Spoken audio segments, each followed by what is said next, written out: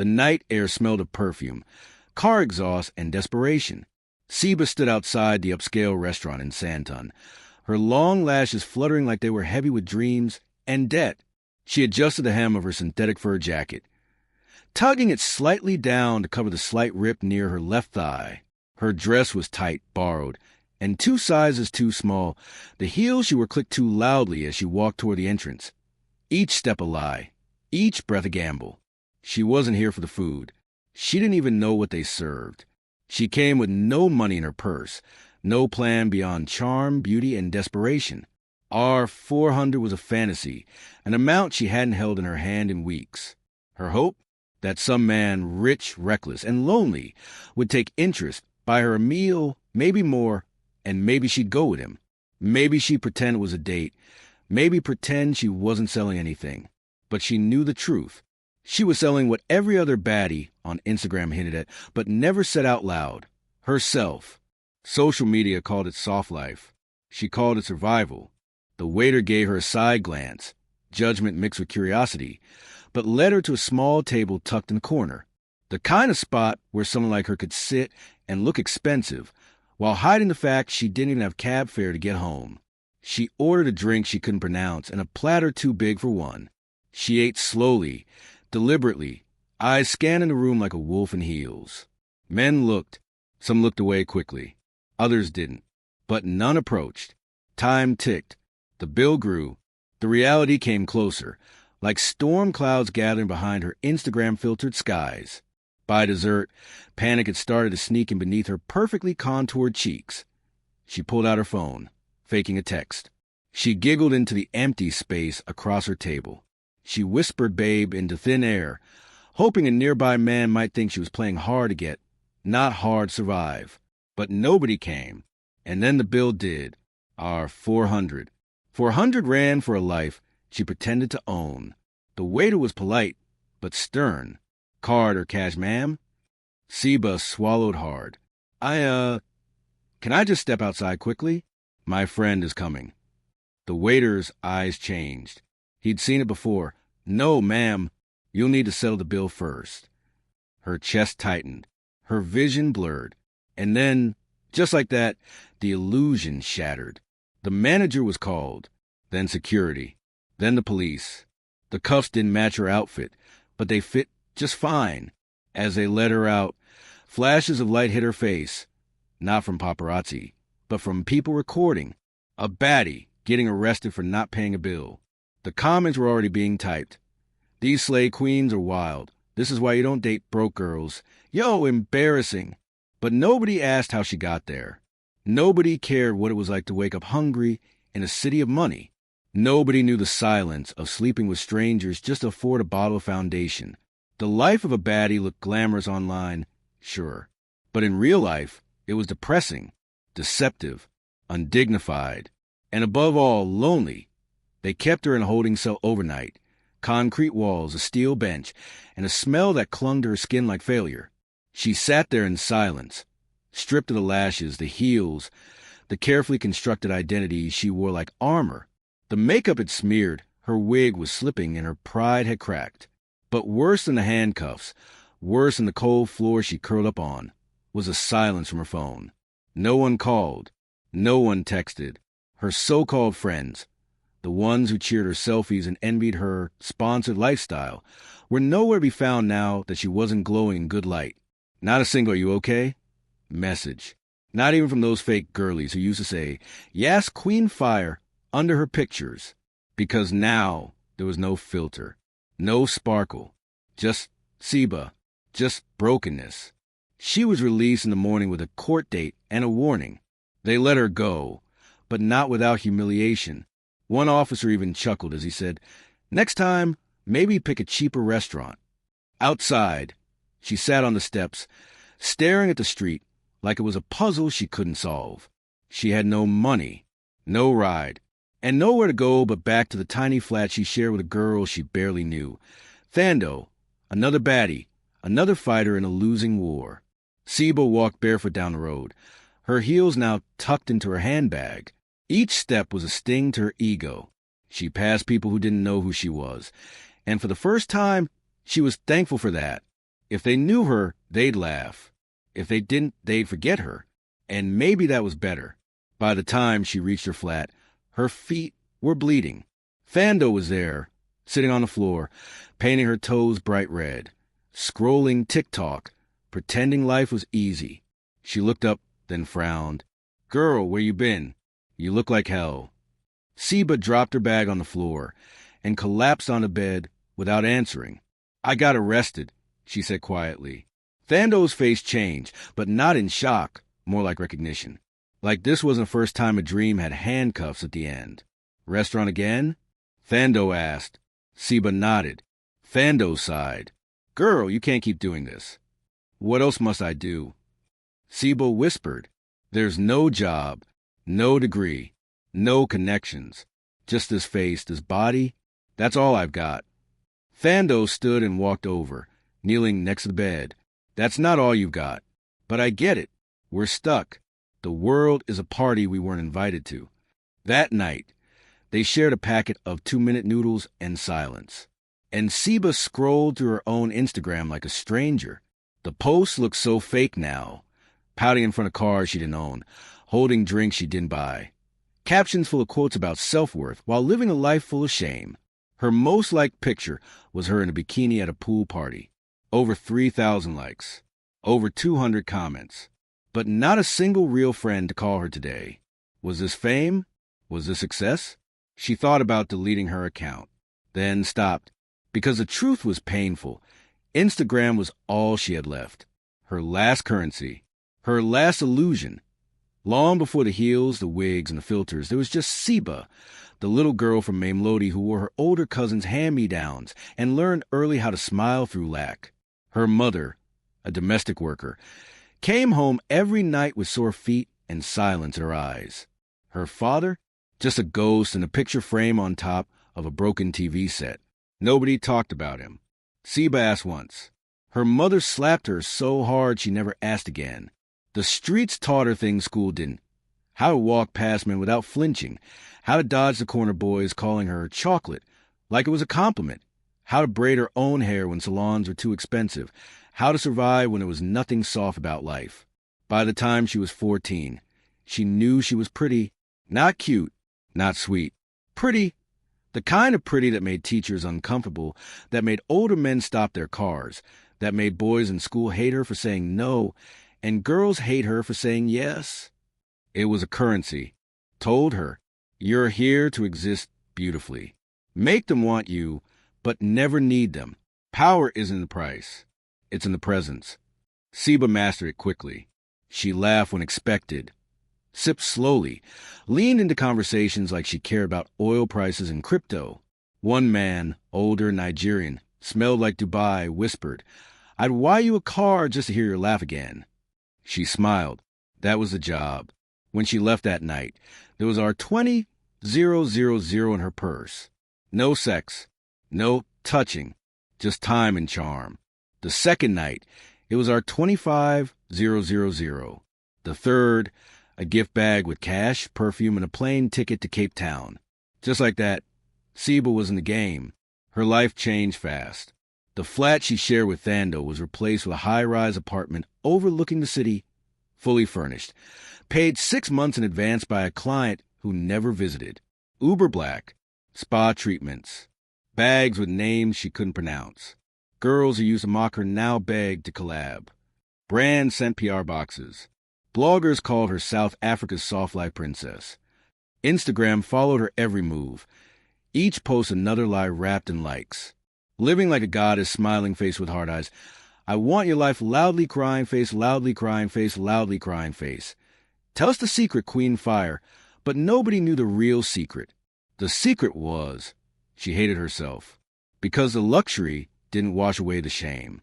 The views didn't silence the loneliness. She still stared at the ceiling every night, wondering how many versions of herself she had buried just to become this one. One night, she came home to find Thando waiting at her door, drunk, crying. Seba hadn't seen her in weeks. Babe, Thando slurred, mascara running. You forgot about me. Seba helped her inside, gave her water, sat with her on the velvet couch that didn't feel like home. You glowed up without me, Thando said. We were supposed to rise together. Seba looked down at her nails, perfectly painted, fake as everything else. You never called, she whispered. You changed, Thando said. You stopped caring. Seba had no defense. Because it was true. She had traded people for power, friends for silence, truth for comfort. That night, Thando slept on her couch, snoring softly, just like old times. And Seba watched the city lights blink outside her window, remembering the girl she used to be, the girl who would have given anything to be seen. And now she was, but only as a fantasy, never as herself. The night that changed everything was supposed to be another easy one. Private penthouse, familiar faces, and Mr. K say it was just dinner with some politicians and investors. Seba didn't ask questions anymore. She just showed up, smiled, and shined. She wore a champagne silk dress with a slit that made walking performance. Her makeup was flawless. Her perfume cost R2, $800 bottle. She looked like money, like control, like every man's fantasy. But that night, something felt off. The air was heavier. The music was low, tense, and the men weren't laughing. They were watching, calculating. She was paired with a guest named Victor, from the Congo, allegedly, late 40s, tall, too confident. He smelled like metal and musk, and his smile never reached his eyes. You look expensive, he said, eyeing her like property. She forced a laugh. Only the best for Mr. K's clients. He took a sip of his drink and leaned closer. I'm not just a client. I buy what I like. Seba tensed. I'm not for sale, she said coolly. His smile widened. Everything is for sale, even your soul. You already know that. She stood to excuse herself, but his hand gripped her wrist, hard, and that's when the mask cracked. The illusion of luxury, the pretend freedom. Because in that moment, she wasn't Princess Seba. She was just Seba, the same girl from Lodi, trying to survive. She yanked her hand back, eyes burning. Victor laughed. You baddies think you're clever, but you're just dressed-up beggars. Pretty faces with empty hearts. She left, stormed out of the penthouse barefoot, heels in hand, rage and shame boiling in her chest. She didn't wait for a driver, didn't call Mr. K. She walked through the city in silence, passing people who looked like versions of her, hungry, tired, pretending.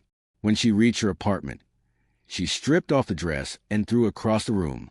Then she stood in front of the mirror, naked. No wig, no lashes, no foundation. Just her. Her skin looked dull. Her eyes looked dead. She touched her stomach, not from vanity, but from emptiness. She hadn't eaten a real meal in 2 days. Too much champagne, too much pretending, too much trying to stay thin enough to be wanted, but strong enough to keep smiling. She curled up on the cold bathroom floor and cried. Not the soft, Instagram tears kind, but the ugly, snot-filled kind. The kind you cry when you realize you become your own prison point 3 days past. She didn't go out, didn't post, didn't answer Mr. K's messages. Her bank account, once fat with easy money, was nearly empty. Rent was due. Her fridge was full of sparkling water and lies. Victor kept calling. She didn't answer, but the fear grew like rot inside her chest. What if he really meant it? What if he had people watching her? One night, there was a knock at her door, soft, slow. Her stomach twisted. She froze. Another knock, then silence. She didn't open it. She just sat against the wall, heart pounding, breath caught somewhere between panic and prayer. That night, she didn't sleep. The next morning, the building's concierge called her down. There's an issue with your lease, he said. Your payment bounced. She blinked. What? That's not possible. It was a bulk transfer that got reversed, he said, from a business account flagged for investigation. Mr. K. Just like that, her entire lifestyle evaporated. They gave her 48 hours to vacate. She didn't cry. Not this time. She just nodded, went back upstairs, and sat on the edge of the velvet couch that would no longer be hers. She posted one last photo, an old one, smiling, poolside. Captioned, sometimes the soft life is just sand in your eyes. Then she logged out. Thando let her crash on the couch again. Nothing had changed there. Same clutter. Same cracked mirror. Same scent of expired foundation and dry hope. "You look tired," Thando said, gently. "I'm tired of surviving," Seba replied. And for the first time in forever, they talked, really talked, about dreams, about pain, about how pretty girls are taught to suffer silently, as long as they suffer in style. "Maybe we need to start over," Thando said. "Clean, small, real." Seba laughed, but it came out broken. "I don't even know what real looks like anymore." A week passed. No money, no glam, no attention, just silence. And in that silence, something inside her began to breathe again. She woke up early, cleaned the kitchen, braided Thando's hair, cooked pap and eggs with her last coins. She deleted the old photos, all of them, started a new Instagram. No makeup, no filters, just the truth. "My name is Seba. I used to be a baddie. Now I'm trying to be a human." She expected mockery. Instead, people responded. Quietly, kindly. Girls DM'd her saying, "Thank you for saying what I couldn't." A girl from Soweto wrote, "I thought I was the only one pretending. You gave me strength." The love wasn't loud, but it was real. Healing didn't come with spa days or retreats. It came with ugly mornings. It came in waves, some days soft like forgiveness, others sharp like regret. Seba stopped chasing perfection. She started chasing peace. She took a job at a small bakery down the street, minimum wage, 6 a.m. shifts, apron instead of lashes. She burned her fingers, forgot orders, cleaned toilets. But no one touched her without permission. No one called her baby girl or offered her cash for her body. She wasn't a fantasy anymore. She was Seba, and every night she came home smelling like flour and purpose. Thando started working too, and they saved coins in a jar labeled Real Life Fund. They laughed again, real laughter, not the kind they used to post for show. Sometimes they sat on the rooftop and counted the cars below, talking about the girls they used to be. "I miss her sometimes," Thando whispered one night. "Who?" Seba asked. "The girl who believed a rich man could save her." Seba smiled bittersweet. "That girl's not dead. She just grew up." Her new Instagram grew slowly. 200 followers, then 400, then 800. She didn't post thirst traps. She posted truth. A photo of her hands, covered in dough. A picture of her and Thando sharing a meal on the floor. A video of her laughing. No filters, no editing, just light. People noticed. Not thousands.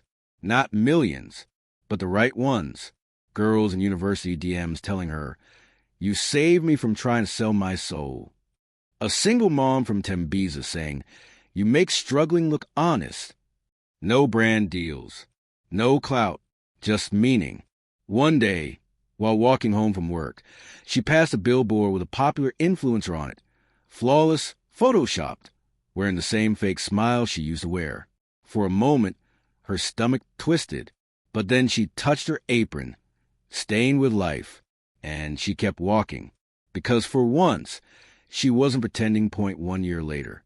The city hadn't changed. Same skyline, same traffic, same glossy lies stretched across LED billboards. But Seba had. She no longer flinched when she saw men in suits. No longer ached for luxury she couldn't afford. She still wore thrift store jeans and shoes with worn soles, but her steps were steady now. Her mirror didn't mock her anymore. It met her gaze. The bakery had promoted her to assistant manager. Not much pay, but enough to rent a small room near the shop. She paid for it herself. No blesser, no favors, no guilt. Just honest money. Thando had enrolled in beauty school. Seba cried when she saw her certificate. They still didn't have much, but they had each other, and that was gold. One afternoon, a journalist messaged her, "I've been following your story. Would you be open to sharing it publicly?" Seba froze. All this time, she'd been healing quietly, silently. Now someone wanted to put a spotlight on her scars. She thought of all the girls still chasing the soft life, still starving in silence, Still thinking likes equal love. So she said yes. A month later, her story was published. The truth behind a baddie. How one girl escaped a fantasy that almost killed her. It wasn't viral. It wasn't trendy. But it was real. And it reached the right inboxes. A nonprofit invited her to speak at a youth seminar for teenage girls. She nearly said no. She wasn't polished. She didn't have slides or sponsorships. But she went. And she stood on a small stage in front of 30 girls in school uniforms, most of them already chasing a life that was killing them slowly. She told them everything. The restaurant, the arrest, the fake bags, the soft lies, and how one day she woke up and realized she didn't want to be a baddie. She wanted to be free. When she finished, the room was quiet.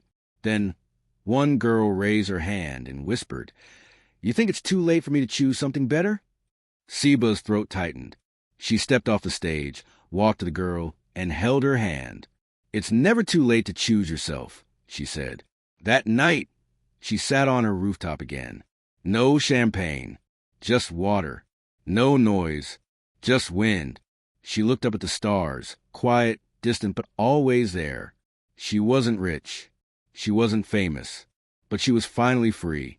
And sometimes, freedom was the softest life of all.